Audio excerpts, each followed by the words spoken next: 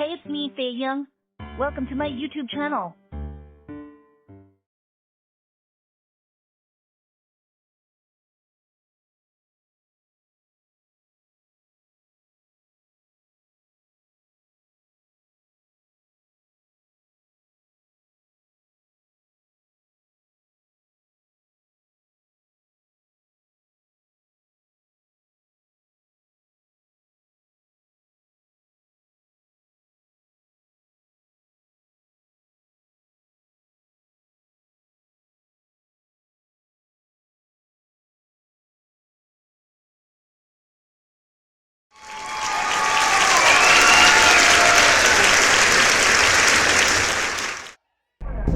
Aga-aga, Hagardo Veresosa na naman ang atin nyo.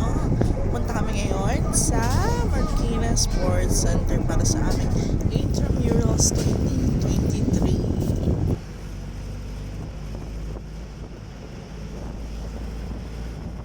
Ang travel time ko ay umaabot ng 1 hour 30 minutes papunta sa Marikina Sports Center. Pero dahil it is freaking Monday, napaka-traffic. Umabot na tayo ng almost 2 hours and 30 minutes from Montalban, Rizal. Nakakaloka. Anyway, so mali na naman yung nababaan ko kasi hindi ako familiar. Ayan, naglakad na naman tayo ng 19 minutes papunta sa Marikina Sports Center. Nakakaloka.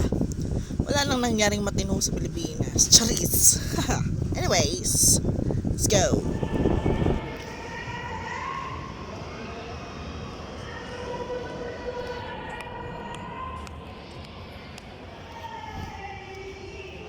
Mga vlogger.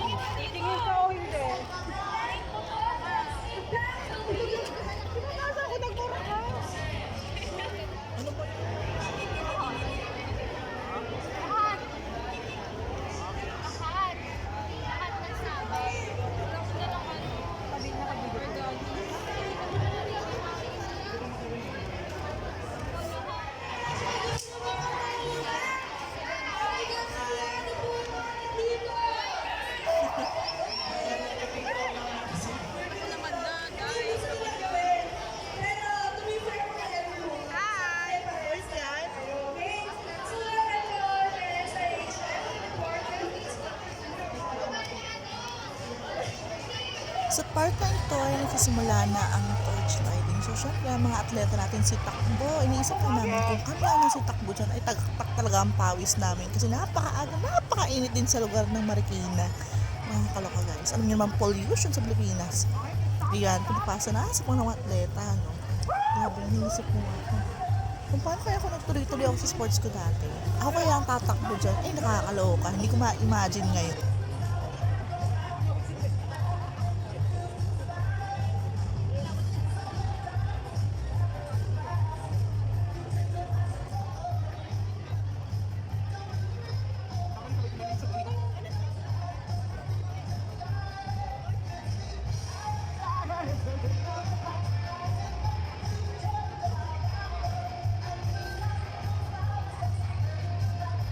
Ang torch lighting ay hudyat na magsisimula na. Intramurals 2023 palakpakan.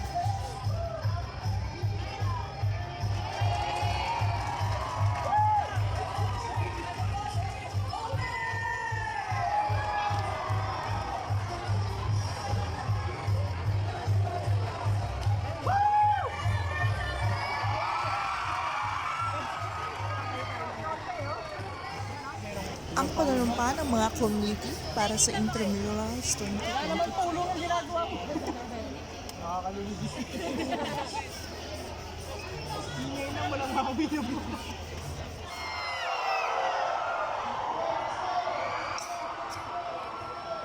Taas ang brightness.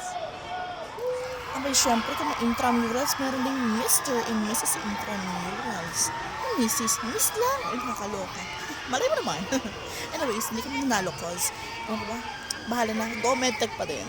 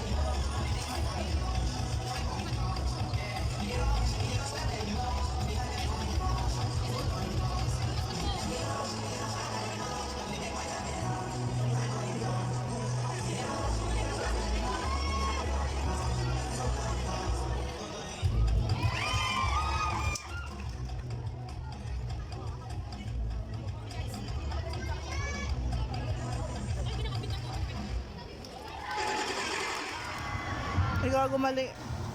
Siyempre, kinabukasan, silakad na naman si Acne. Ngayon, nag-acting na lang ako dahil sa school lang naman ang venue. Siyempre, tamang escalator lang. Video-video sa baba kasi hindi naman tayo marunong mga video na nakakahiya. Anyways, tuwan-tuwa talaga ako pa nagtitrain ako kasi masubilis ako ng 10 minutes. Unlike po, nag-jeep ako mula sa Santa Lucia, nakakaloka. Umabot akong 30 minutos bago dumating sa Anonas. Nakakaloka. Anyways, very excited ako para sa araw na to. Cause, lalaban sila sa Malvar. Go Mete. Ayan. Si highlights pa nga natin. Ayan, ang aming president. Ayan. So, anyways, di kami nanalo, pero at least, go Mete. Gusto ko yung ako nakabalaklava, pre. Gusto ko yung Arctic Avengers. Naka-Arctic Avengers ba ako? Ngayon, support naman namin ang aming CSGO Warriors. Yan, mga Counter-Strike. Sumali rin kami dyan, pero kami ay taga-suporta na lang. Of course, ang mga friendship namin, kailangan namin suportahan. At nakakatuwa nga dahil dito, napakainit ng laban. Grabe, meron kaming 2 ace. Siyempre, tinatago namin. Kami yung panggulo dyan sa loob ng classroom. Yan. And yung panahon na nanalo kami. Umabot ng 2 araw yung laban.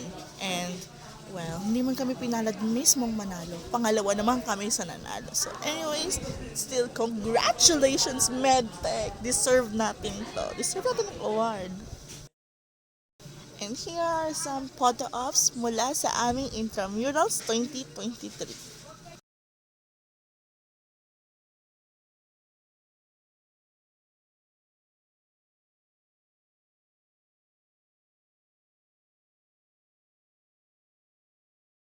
Maikwento ko lang, bago kasi nagsimula ang intramurals, exam week namin. So, imagine na For all 2 weeks na yun is puyat kami. Araw-araw gumigising na madaling araw, babiyahe, bugbog hanggang pag-uwi. So, deserve namin syempre ng award mula doon. So, kinabukasan, may pasok. Ending, ayan, mga situlog kami.